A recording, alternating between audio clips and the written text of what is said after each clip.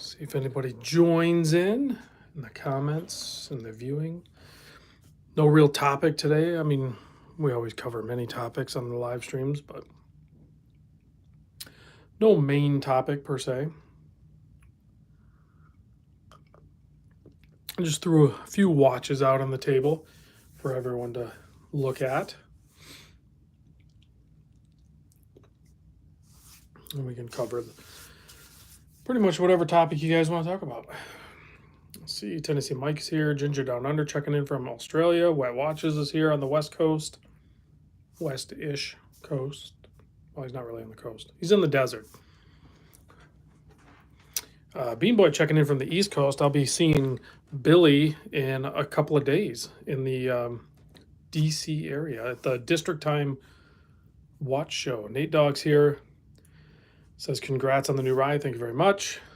Fed's here checking in from San Fran, which I always catch shit for saying that. See, Shinobi's here. William's checking in from Indiana. That's where I just picked up my car, down in Indiana. Jeremy says, hey, Rob and everyone. Good old Captain Willard, SPB 153 on the wrist tonight. By the way, congrats on the new Civic Si. Thank you very much. Jason checking in from Aruba. Dave Williams checking in. Let's see.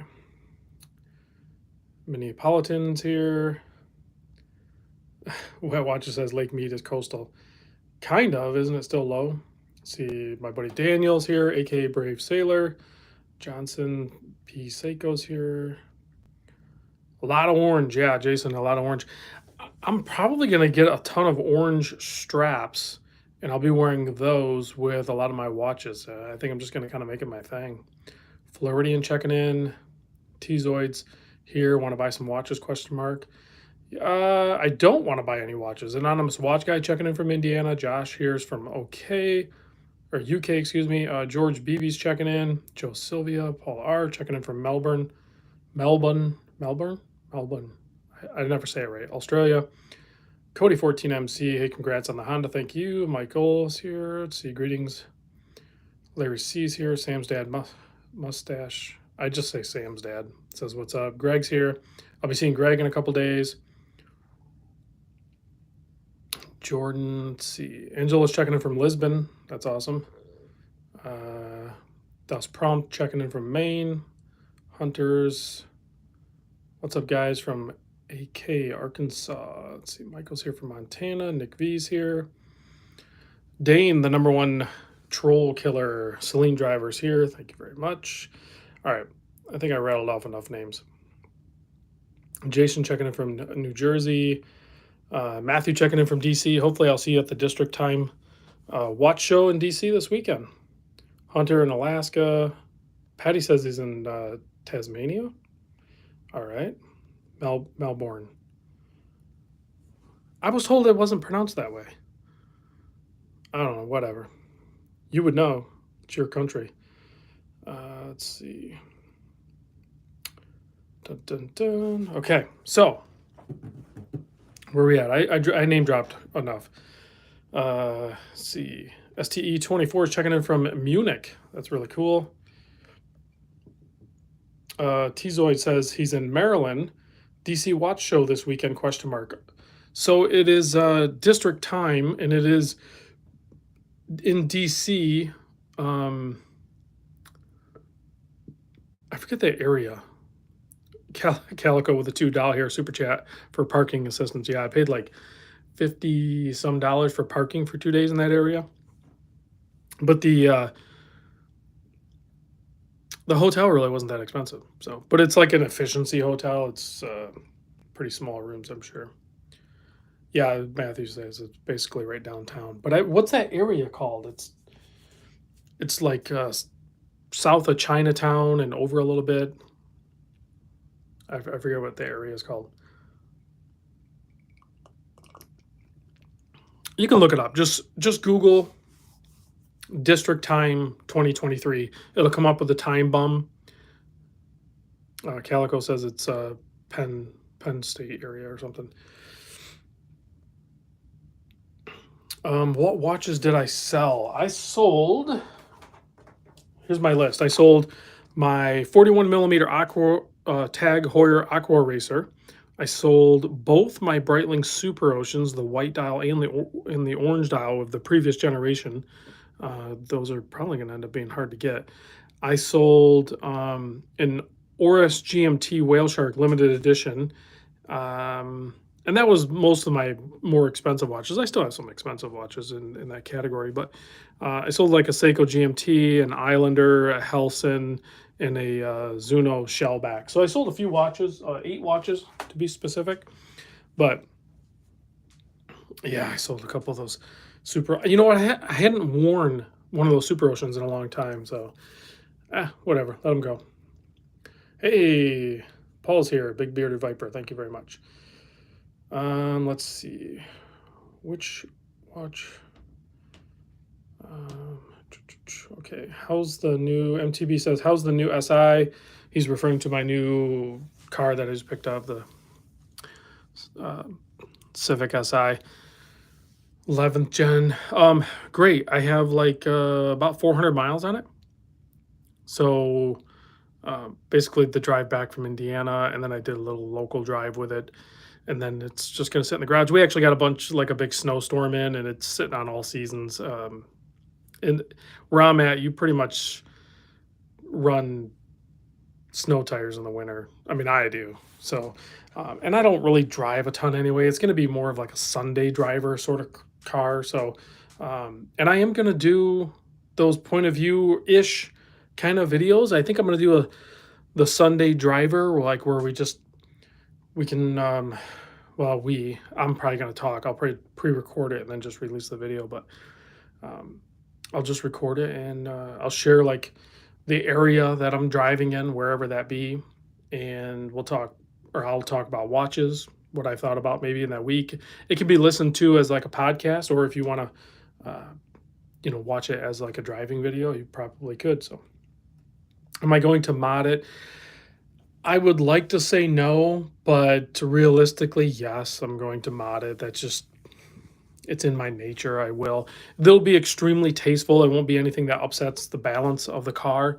I think it's important to take advantage of the hard work that some engineers put into the car. But part of that is restraint. A lot of times when they build these cars, there's built-in restraint. So my mods will focus on like removing some of those limits of restraint, sort of thing. Whether there'll be performance mods, but not like a traditional manner, right? Like where a lot of people focus on just more power, more power, more power. Well, when I build a car, I typically add more whoa before I add more go, because that's like the responsible thing to do.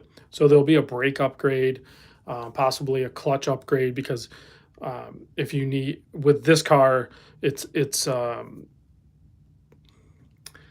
shown just from everybody modding them that the clutch can't handle a lot. So like you pretty much want to do the clutch upgrade before you do any sort of power adding mods. And I'm really not going to add a whole lot of power on this one, because I think again that upsets the balance. So I'll probably tweak the handling a little bit, and better brakes and better tires. And honestly, if you do that, you reduce your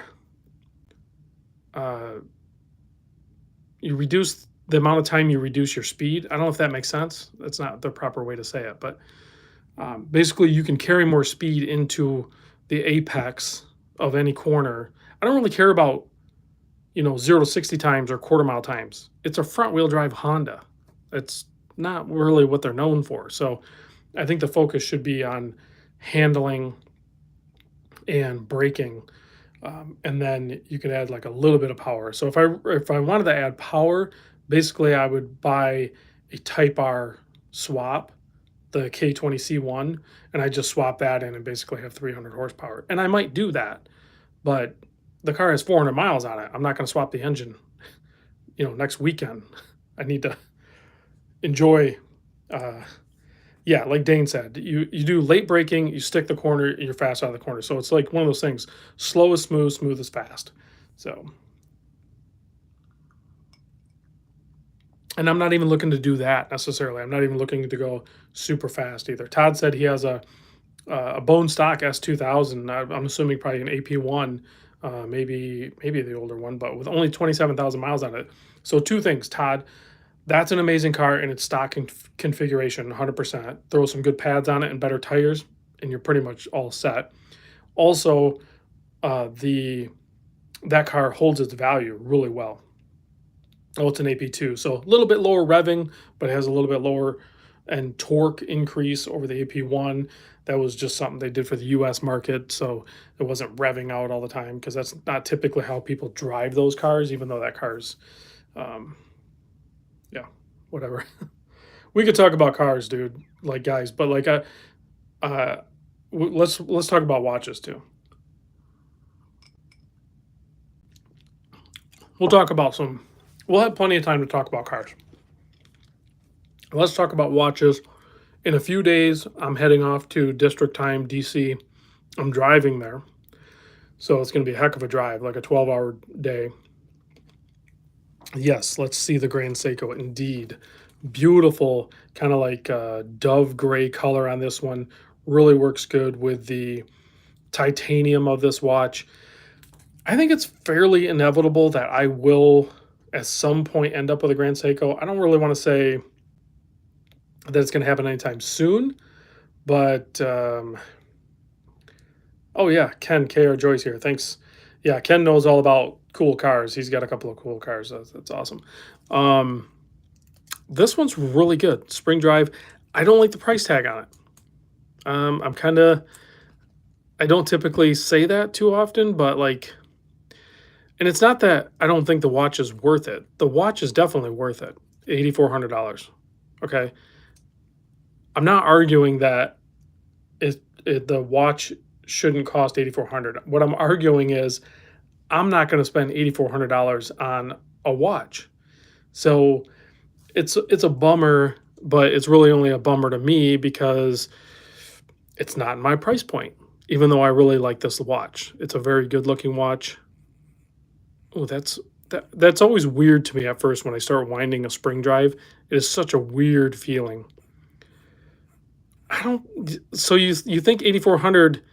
You guys are saying like it's not worth it, but I'm telling you, it legit is probably an $8,400 watch. Like it meets the criteria to justify an $8,400 price to a lot of people because it's not like they don't sell these. They sell a ton of these watches. Not all Grand Seiko sell, but these spring drives with the titanium and the really cool colors, yeah, they do pretty well. Yeah, it is on the thicker side, but it's totally manageable with the titanium and the case shape. It has a screw down crown. It is a true Traveler's GMT. Really like the colorway on this one. It has half links, no micro adjust, but it does have half links, so that's good. And check this out. There it is on my wrist. I mean, that just wears so good on wrist. But the good thing about Seiko and Grand Seiko is there'll probably be a Seiko, even if it is expensive, say a couple grand, that will be pretty close to capturing the same sort of vibe that this has. Maybe it won't have spring drive, but I don't have to have spring drive. And quite frankly, I have been on record and probably, not probably, I'll still stand by this. If and when I do pick up a Grand Seiko, I think my first one needs to be a 9F quartz. I think that movement really impressed me. Let's see, big lug with 22. Is it? Yeah, it does look like it's 22 mil. Can you explain a little bit about spring drive? No, I cannot. You can look that up. It uses basically an automatic winding system to store power, and then the way it's released is modulated through a quartz system. So it's like the marriage of automatic and quartz into one movement. So you get the massive accuracy that quartz provides, but you don't have a battery. So that's kind of like a rough explanation of spring drive. To go into detail on spring drive, you need to like read it a little bit.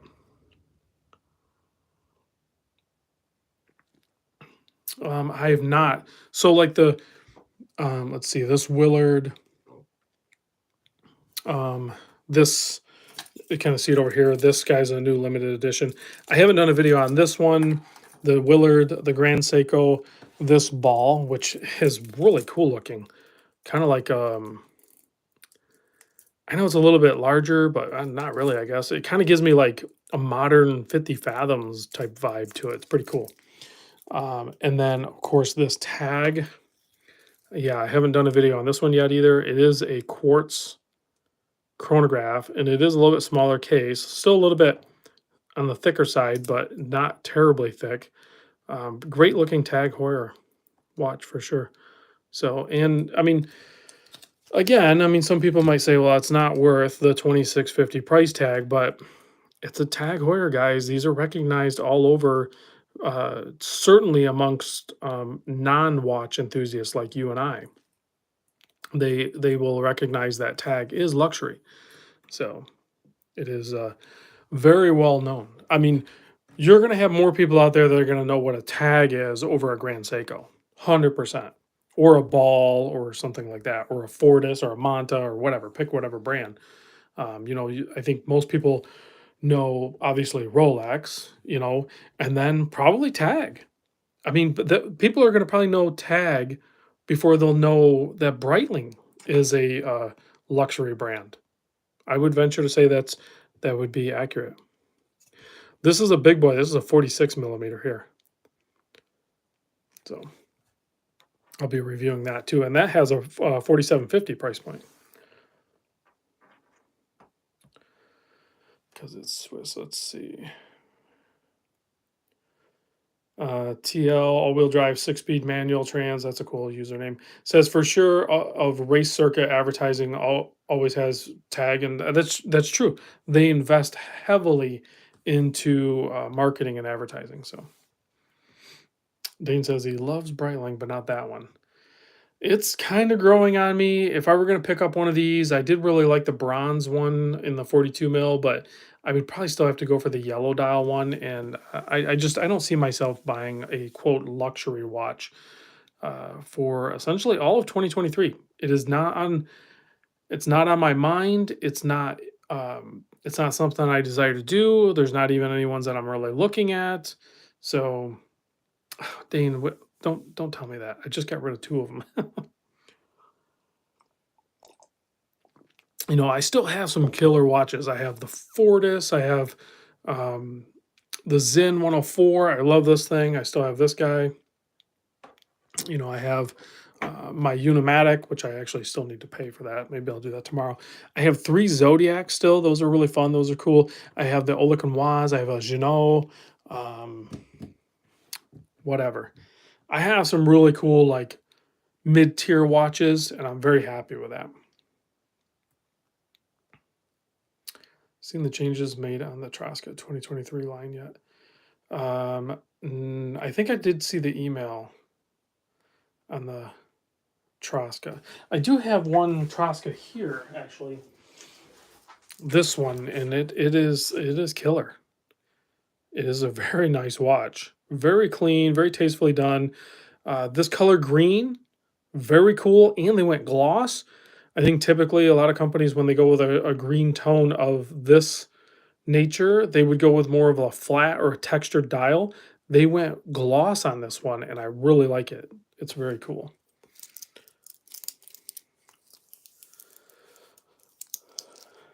So a little bit smaller for my typical preference, but on bracelet, it definitely still works.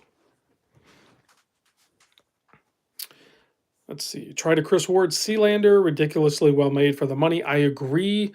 Christopher Ward is ridiculous to deal with because I don't deal directly with Christopher Ward. They use a marketing company. I think it's called Ideal Networks or something like that, or Ideal Marketing. And they are just impossible. They're just impossible to work with. They're so frustrating that I would just rather not work with them. That's how bad they are. They all the way up to Mike France, the CEO. And I haven't reached out to him to talk to him again, but I'll probably see him at maybe if he's going to be at Chicago at the wind up. But yeah, they said they were going to send me one for review and everything, and it's just terrible. So if they were easy to deal with, and from my, the way I operate, then I would definitely work with them because I really like the watches. I really like the brand. It's just that that's not enough for me because they have to be better to work with channels. You know, Canopy package should arrive Wednesday. That is awesome. I did get from Canopy this spring bar tool, which is very nicely done, and this screwdriver, which I just used to size two watches because the right tool is the one you have in your hand, right? Well, this one was right here because I hadn't put it away, and both these are working really good. So Canopy's doing some really cool stuff. Their first release watch was a little weak on the Lume, but overall, like an amazing package, really well built watch. So I'm excited to see what's next from them. And the watch that I have of the Canopy, yeah, Bean Boy already checked it, or actually, I don't know who has it right now. It's out on tour, and I know of quite a few people that are in the chat have already checked out the Canopy, and everybody likes it so far.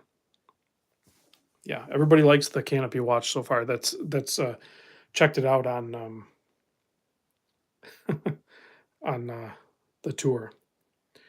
What's the orange strap with the dark face in center? Ooh, Chris, I think you're gonna like that one. I really like it. I think that's a home run from Draken. I'll show you right here. As soon as I take my sip of peanut butter. Okay, so this is not the strap this watch comes on. This watch comes with either this strap, which is a really nice strap, single pass, or it comes with this leather strap, and it's also set up to be on a bun strap. I didn't like either of those. Those are both good straps, but I put it on this orange strap because whatever, orange, random Rob, right? This thing is probably, and Draken has made some really cool watches, but this hands down has to be my favorite Draken so far. It is a nice size, a pretty short. I need to clean it up. It's a little short on the lug to lug. I don't even know what it is. I wore this for like 2 or 3 days straight. It's not bad. Like 46 and a half lug to lug. So a little bit on the shorter side, about 39 millimeter on the top, probably 38 on the bottom. And then the thickness, about 12 and 3/4. But super legible, amazing loom, small seconds. Love the crown placement. This is very, very cool. Let's see. I'll read a couple here. Straps make a huge difference. They make or break a lot of. Yeah, I agree. Let's see. Canopy will be at our first watch expo convention DC this weekend if anyone's local. So yeah. I mean, I think there's a bunch of people in this chat that are going to be at district time. So let's get this thing running. Nice knurling on this crown. Very easy to get to. It is tucked up in here, almost like how a Squale 1521 would be, but this one you can actually access.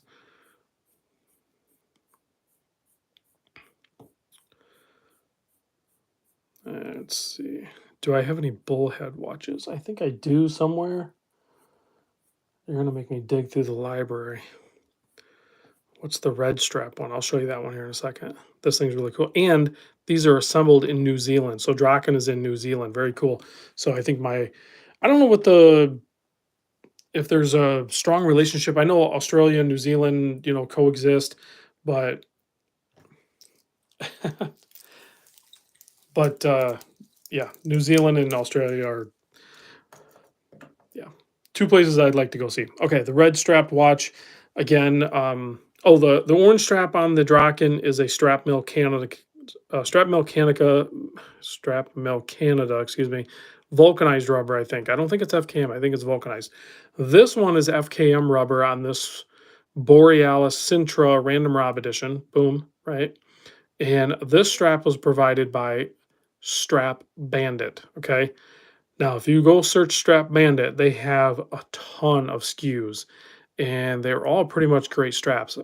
So I just put this one on here because I didn't have another orange strap. I need to get a ton of orange straps. I need to buy like orange straps in bulk for what I want to do. So I'm working with Strap Habit on that, but this one fits on here. It doesn't really match the orange second hand, but it just works.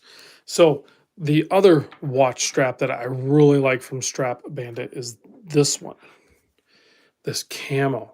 Okay. I don't know why.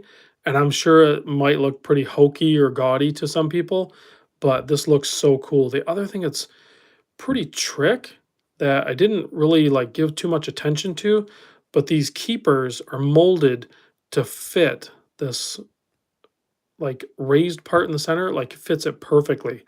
And it just helps with a little bit more retention. It just works really good. And I think they have a couple different colorways in this one, but I was wearing this watch today. This is the Unimatic Exquisite Timepieces limited edition. I don't know how many there are. There's not a lot. Yeah, but yeah, I put it because the straps that this watch come with are like NATO style straps. It's this black one and this orange one. They're fine. They're pretty basic.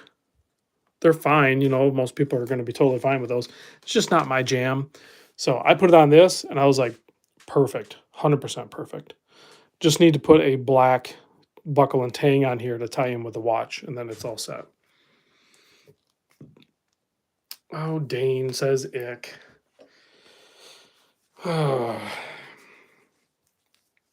Lots of lighter dials there on the desk. I like it. I love it with that Manta. Yes. Well, you know how I am with my white dial watches. Now, not all of these are mine. So I better get the white pointer if I'm going to use the pointer. So the Dorenzo's mine.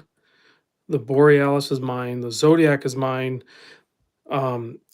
This is kind of a silvery color, but still similar. And I don't know how to say the name of that one. Same thing with the Manta. It's actually kind of a silvery dial.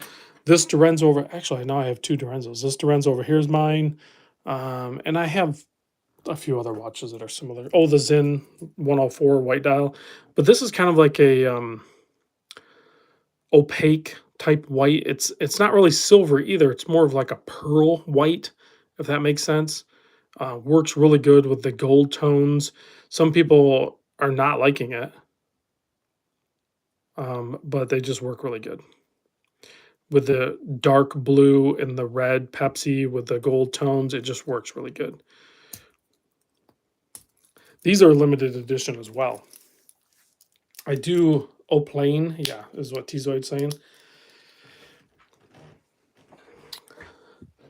Yeah, there it is. Hey, Manny's here. Good to see you here, Manny. You got time. We're only like 30 minutes in. Yeah, these Mantas are so good. I have to decide what watch I'm going to wear. Oh, I have this Jack Mason here too. It's lighter dial. It's not white, it's silver.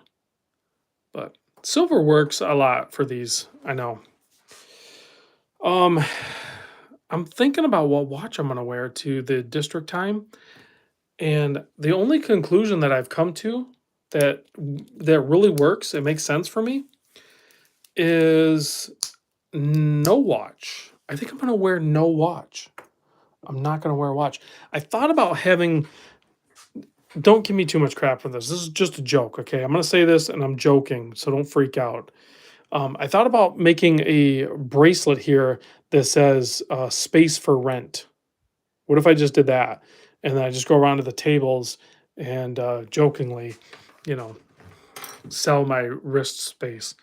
I'm joking, but also maybe not. Okay, so yeah, somebody asked about this Willard. This one's different. When I open this one up, Calico says bad joke. It's not a bad joke. It's a good joke. It's funny. 1,400 bucks on this one. This is the SPB 263. Yeah, it's these. Most of these watch shows are all micro brands.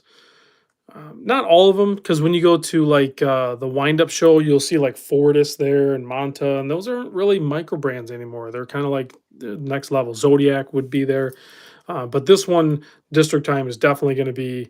Oh yeah, that would work too. Johnson says your watch here. Well, so that's the other problem with wearing a watch. When you go to these watch shows, you almost need to wear it on your off wrist because you're going to be trying on so many watches. So when I stop to think about it, other than, you know, people are, you know, other watch enthusiasts are going to be like, all right, cool, what are you wearing or whatever like that. I'd be like, does it really matter? I mean, you guys all know what watches I have and what I wear. I'm going there to like try on watches and check them out and stuff like that. So I really don't think I'm gonna even bring a watch, or if I do, it's gonna be like a Casio or something that I can just throw in my pocket. Paul says I should wear the Borealis Random Rob edition. That's pretty narcissist, isn't it? Would that be like a Metallica band member wearing the Metallica shirt or something? I don't know. It's a little weird. I I opened this one up and I had originally thought instantly, I was like, I think I've already videoed this. So I looked up, I had to look up the part number because I couldn't remember it. I think I've just like this one, I think what Seiko has done is they've released similar dial colors or exactly the same dial colors as another model, but they put a different bezel color in here and give it a different part number. So these are different watches. These are both new releases. And this one is a 110th anniversary one or something, and then I don't know what the Willard one is. I got to do videos on these like tomorrow and get those back to exquisite. So I'll be doing that here ASAP. Let's see. Dane says he's down to one Seiko. Let me scroll back a little bit. To me, you sold your best watches, the two Breitlings. I kind of agree with you. Manny's saying, please review the Townsend Watch Company chop tank. Remind me later, Manny, on that. But I'm going there to check all the brands. It's not going to be a huge show like wind up, and I'm sure it might be busy, but I should be able to get through there pretty good. And I'm not going to spend a bunch of time with. This might sound bad, but I'm not going to spend a bunch of time with brands that I already have great relationships with, and I've already seen all their watches. Definitely going to stop and say hi and chit chat with them a little bit, but I need to see those other brands, and that's one of them that I need to see for sure. Ooh, good question. Sam Dad says, is Seiko getting out of control with their pricing? I'm gonna say yes and no. So I would say I would say no with the Willard. That's 1,400 bucks. I think that's a great watch. Yes, it's a 6-hour movement, and it is. I'm not saying 1,400 is not a lot of money. It is a lot of money, but you're probably going to get a discount on that. Maybe not much, but 5-10%. Get it down closer to the $1,000 mark. This one confuses me a little bit because these are only $200 cheaper. And although I actually like this watch case more than the Willard, I want to own both of them. I just need to pick out what colorway I'm going to do. That being in the middle of the date change is going to drive me nuts. I got to fix that. Okay. So I think this is a really good designed watch. I'm just waiting for the right colorway to come out on this one, and I'll definitely pick up one of these. I'm going to add some more Seiko for sure this year. I think either buying them used or at good discount is a good way to do it. This one needs more micro adjust on the clasp, but you can go over to Uncle Seiko and he has a clasp that's literally a direct, just drop it in, basically, just get rid of that and put it in there, and you'll have like 3 or 4 micro, I think. But as good as this bracelet is, I would wear this probably on some sort of Melanese or mesh. I don't even know that I would wear it on this bracelet. I just envision that watch on mesh. And maybe the same deal for the Willard, or I would wear that one on some sort of Tropic, or yeah, I think the Willard on Tropic would work really good. I have not worn a watch on bracelet in probably a month. Maybe for like a few hours or something like that, but pretty much everything I've been wearing has been on some sort of pretty much FKM rubber straps. And then the Zen, and the Zen on this leather. I wore this. Actually, I wore this to go get the Civic Si. And it came in handy too because it has a display case back, and I had to explain automatic watches to my sales guy when I was picking up the car because he was talking about he was wearing a watch, and he's like, oh, a bunch of my watches need batteries and everything. I'm like, you need to get an automatic watch And it dawned on me like there's a you know tons of people out there, um, muggles or whatever, if you want to call them that, have no idea what an automatic watch is. The fact that it doesn't take a battery or doesn't use solar energy to charge the watch for its power. So yeah, I think we need to go like we need to take it back a minute. My channel and you guys, and when you're out talking to people, if you end up running into people that are wearing watches and everything, maybe take a minute to explain to them that the watch you're wearing does not have a battery, does not require a battery change, does not need the sun to charge it. It doesn't tell you how many steps that you took today, or that you're getting a phone call or that you need to stand up. It doesn't do any of that. It just tells you the time, and it does it pretty accurately, and they're just really cool.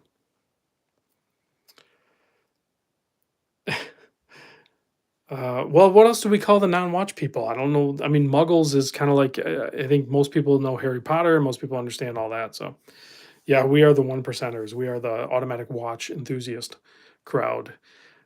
My concern is, though, that we need to share that knowledge. Like, I think that'll also help novices, or yeah, whatever. Manny with the $2 here super chat, and says, "Pussers slush fund. Never again will I drink Pussers. You can count on it. But thank you for the $2." Sam's dad says, "Automatic watches are alive. Tell him that." That's true. Try a Haviston parade strap. I don't know if I have one. Haviston did just send me a bunch of stuff, but I don't know if they sent me. I don't know what they sent me. They sent me some other straps and stuff. I need to get into that. I don't know if I have one of those. I'll have to look. Need to raise up folks to buy watches and flippers. Yeah, flippers is a little slow. I think it's just because the Discord group isn't huge. So um so it's you're always picking at the same pool of buyers and sellers. And it's unfortunate because there's so many great watches in there. But I'm gonna bring back Sunday Fun Day, right? We're gonna do more watch sales. That's gonna happen. I needed a break. I have a bunch of people that want to send me watches. I even have potential opportunity to work with exquisite timepieces. I was talking to Evan over there, and we need to talk further on it. But there's a potential there to share like some amazing deals on some, I think, used watches for the most part. So we'll see if that resonates with the Discord and or the main channel, but we'll see. Manny with a $5 here super chat says, "Pizza off balcony slush fun." That's an inside joke. That was our Long Beach, California meetup that we did. Was that last year? I think that might have been last year. That was good times. That was good times. We're going to do it again in August, and I think we're going to expand it. So if you're in the California area, I know, what do we got? 182 people in here, but if you're in the California area, if you can get to Long Beach, basically where Mimo's is, if you can get to that area in a relatively, short distance. Oh, Calico said it was 2 years ago. I guess so. Time flies, man. We've done so much in such a short amount of time, I feel. But I think we're going to open it up a little bit. I'm going to talk to Mimo about it because typically that meetup is reserved just for the Discord group. But I want to open it up a little bit. I want to open it up a little bit. I want to bring in potentially some locals if they're watch enthusiasts or just fans of the channel or something like that. Or maybe you just want to, maybe you've already given Mimo some of your business, but maybe you did it online. Maybe let's go. You need to meet him in person. You need to go to his little small, his ma and pa style watch boutique or store.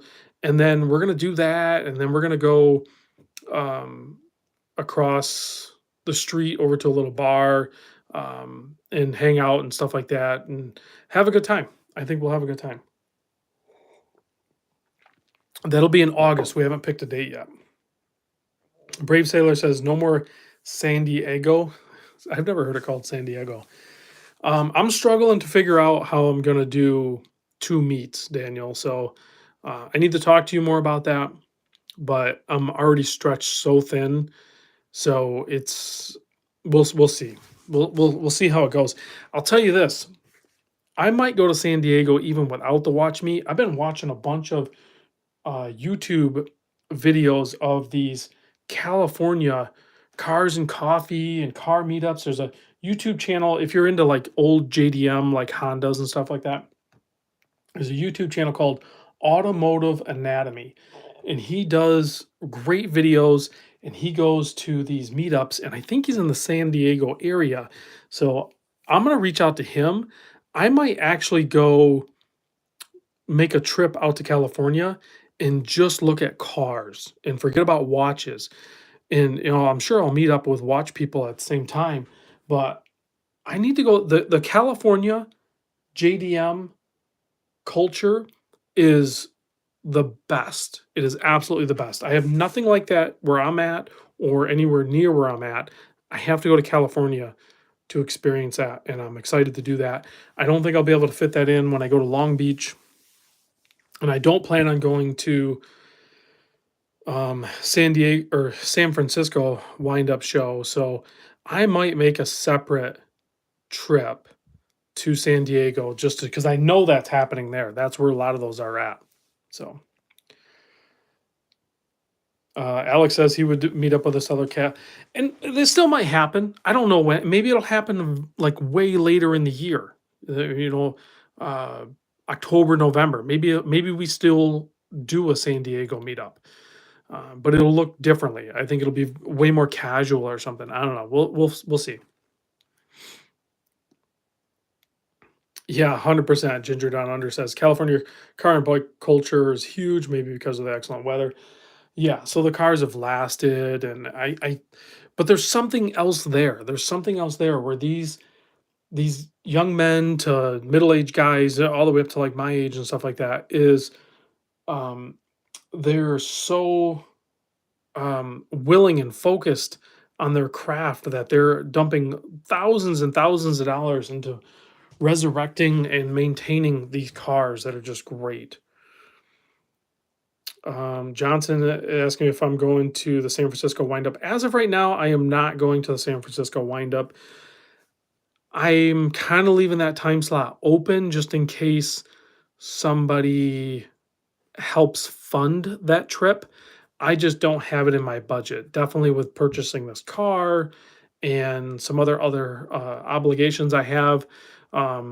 It's just it's I don't have that in the travel budget this year. So but like I said, I'm keeping that window kind of open so that way if for some reason last minute funds are collected and I'm given the opportunity to go, I still might go.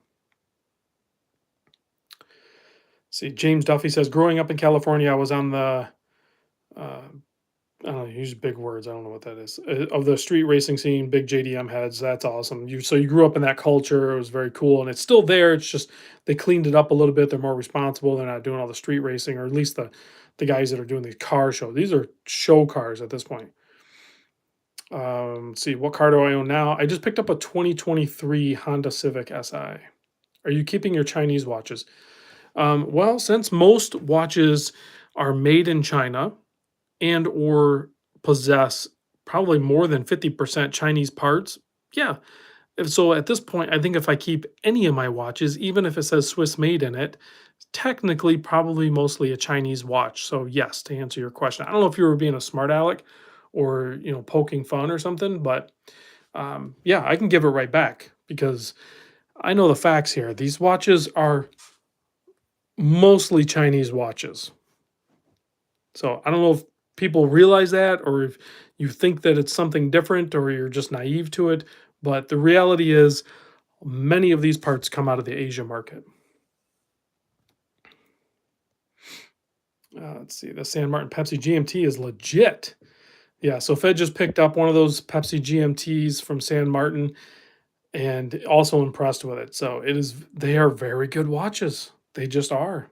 I see all kinds of biker clubs on the freeway. It's kind of cool.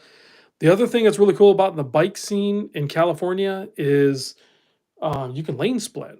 Now, I don't ride motorcycle. I'm afraid of it, like whatever, but if I were riding a motorcycle, I would love to do it in like California or another state. There's a few others that lane splitting is, I don't want to say legal, but it's technically legal, but there's like rules around it, but it's just openly accepted.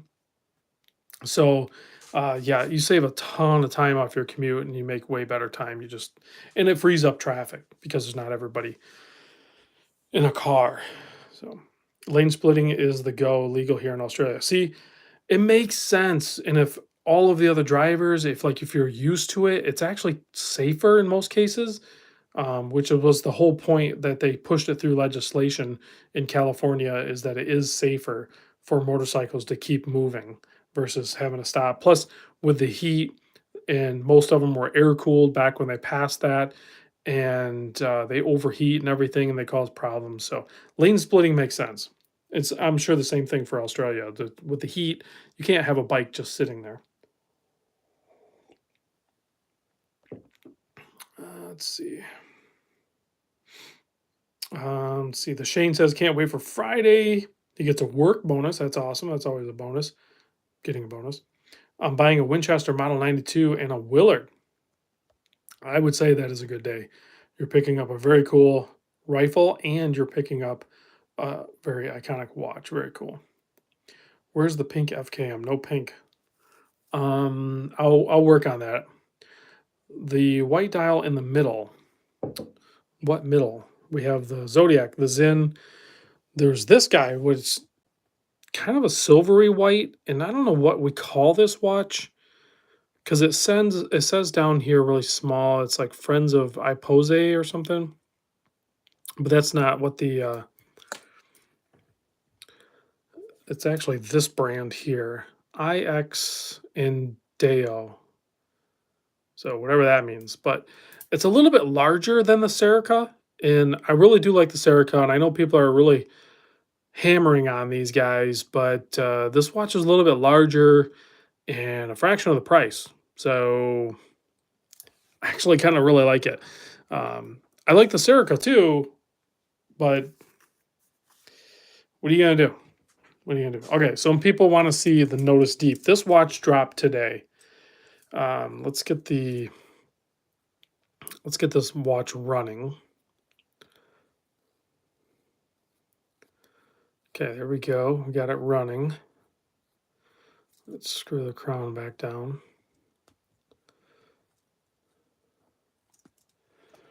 So it wears great because it's basically a 39 mil case, but then you have 2 millimeter overhang on each side with the bezel. Does two things. One, kind of acts as like a top side crown guard.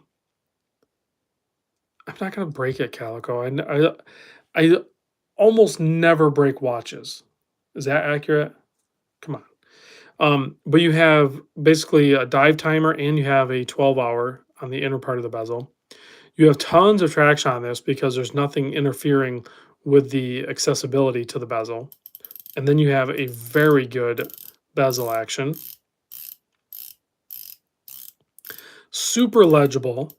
Everything lines up. You have the indexes are like cut into the chapter ring, and then they at the cardinal positions at the 12, 3, 6, and 9. Well, the 6 is kind of cut off, but they're not just rectangles too. They actually have a little bit of flair to them, a little more character to them. Super legible handset, framed in white and then filled with a ton of lume. Date at the 6 o'clock being blocked by the minute hand now, but you get the point. Quick release spring bars. You have the Node X clasp system here, so you have on the fly adjustment with no tools, and it locks in place really nice. I need to peel that plastic sticker off there somehow at some point. And just a simple fold over clasp, and it's a destro left hand crown. It's fun, it's different. There you go. It's just pretty dang cool. I dig it. See, Sam's dad says, if you just bought a watch, how do you know which direction to wind it? I'm not sure exactly what you're asking. So typically, most watches are in this, with a 3 o'clock crown. So, I mean, it's always lefty, loosey, righty, tighty. I can't say always because there are a couple of watches that are reverse thread on on the crowns. It's pretty weird. So if you're not used to a destro or a left-hand crown, just flip the watch upside down and then it feels natural. Okay. It feels totally normal. So you can wind it like that, right? And then for setting it, just flip it back around and figure out your orientation and go ahead and set it up for whatever you need to do. Now, for screwing it down, they actually put a direction on there for the lock. I'm already used to destros, so I don't really have a problem with it. But if you do have a problem with it, you can just flip it around and tighten it down. It'll feel natural, but pretty simple. Now, as far as the automatic winding of it, there some watches only the rotor only winds in one direction, like a Valjoux or a Miota. Those only wind in one direction. I'm sure there's more, but most other automatic watches they wind with their clutch system. They wind both with a clockwise and a counterclockwise spin of the rotor.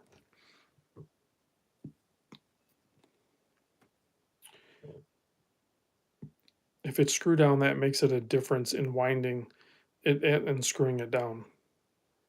I'm confused on what you guys are saying. Getting rid of all my watches except Seiko, Solar Diver, and Solar Quartz. Wow, going full solar. Do you, Sam's dad says, do you ever hold your auto watch up to your ear to hear it? Yes, and I've noticed, now to plug on Nodus, what was I wearing recently? That sucker was loud. Like I could hear that thing ticking, oscillating back and forth, tick, tick, tick, tick, tick, tick, right? So, mm, what the heck watch was it? I can't remember. I'm gonna see if I can figure it out. I can hear the Nodus, and this is an NH movement, but if I put it up to my ear, I can hear it oscillating. It's actually it's pretty cool. I can definitely hear the Nodus. Check that out with if you guys have a bunch of automatic watches, wind them up. Maybe it was the Dorenzo.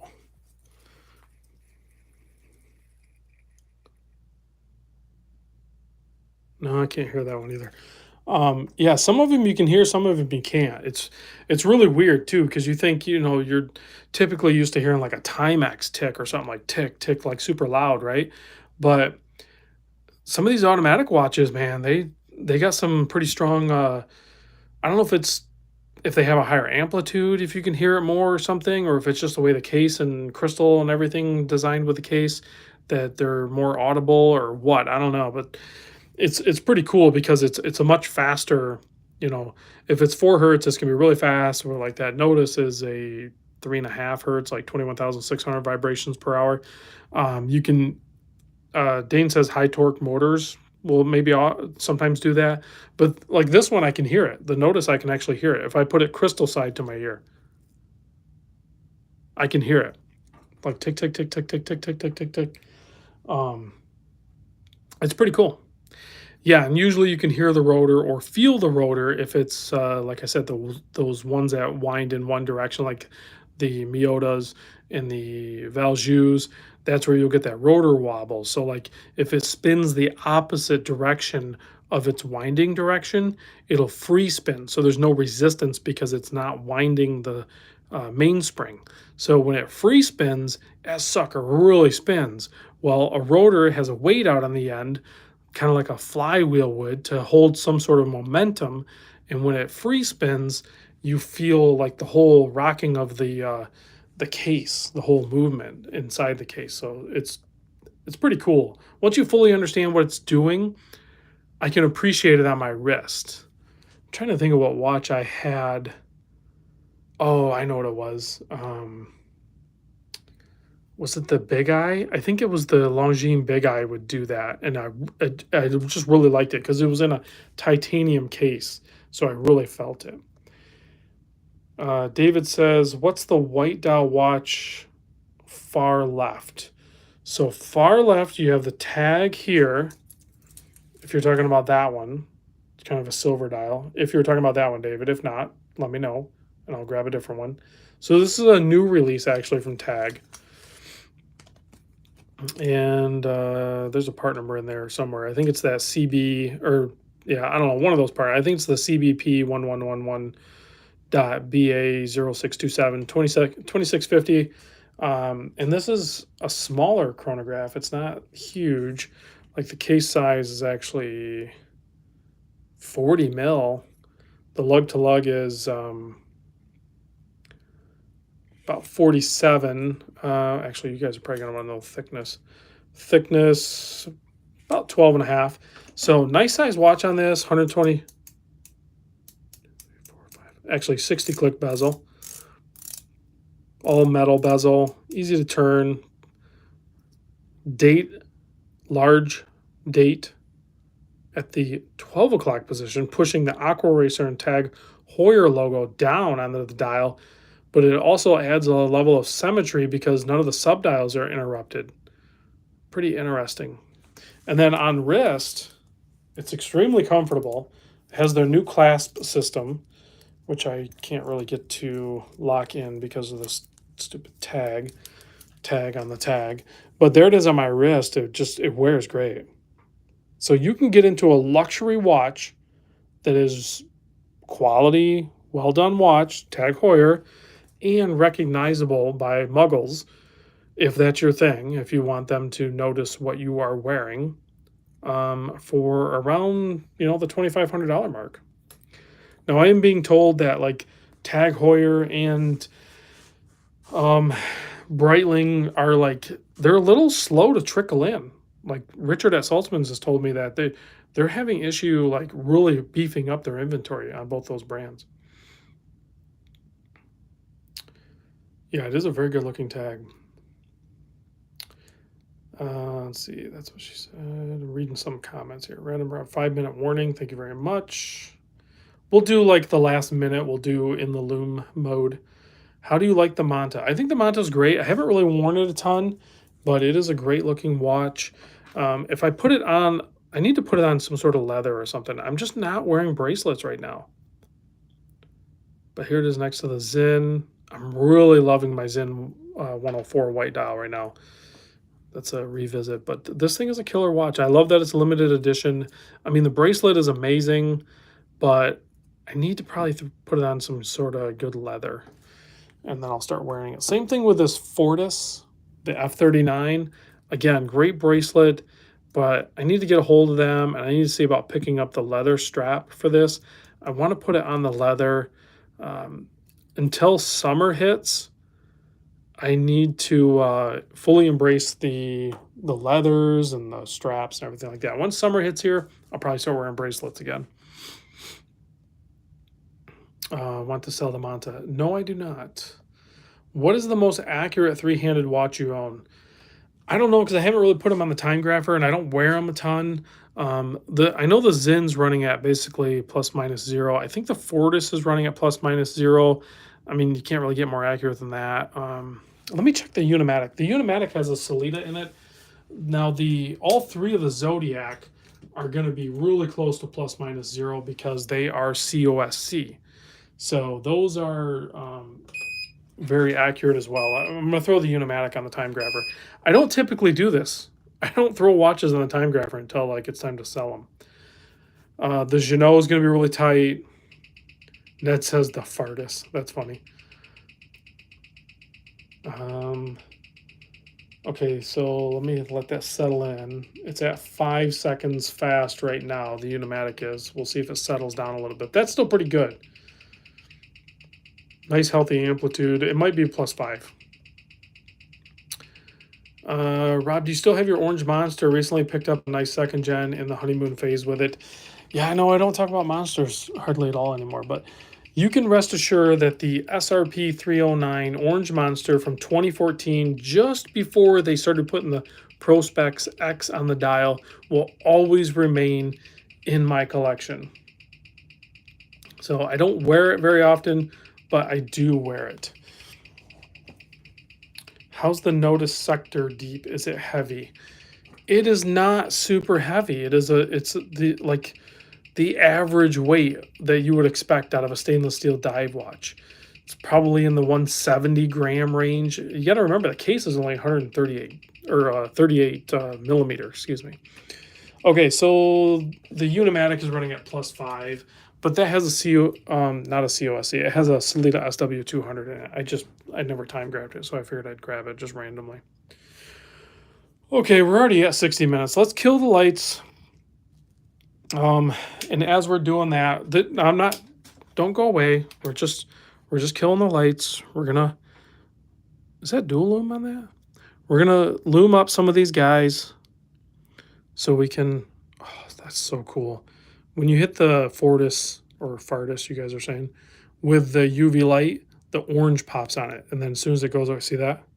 That's super cool. We're gonna hit some of these. The Zodiac's ridiculous. But yeah, check out the loom on these guys. Amazing loom on these guys, for sure. Right? This Zodiac is the only full loom dial I have on the table. I do like a good full loom dial watch for sure. The Unimatic does pretty good, but that is C1. It's going to fade pretty quick. The Draken does really good. Zin does okay, but I think that might be C1 as well. That's going to fade. BGW9 on the Nodus Deep, that's going to hold tight for sure. Seiko's just always showing off. Dorenzo does pretty good with the BGW9, both on that model and on the Diver, as well as the Manta with BGW9. And then this, affordable Serica looking type watch, pretty solid with C3 loom on that guy. Of course, Breitling does pretty good with their loom. Kind of a BGW9 look to it, nice and blue. And then Jack Mason kind of stuck out to the side. The loom's out pretty good as well. All right, guys, thanks for watching, and I'll see you guys in the next video. And hopefully I'll see some of you guys in DC this weekend at District Time. Chat.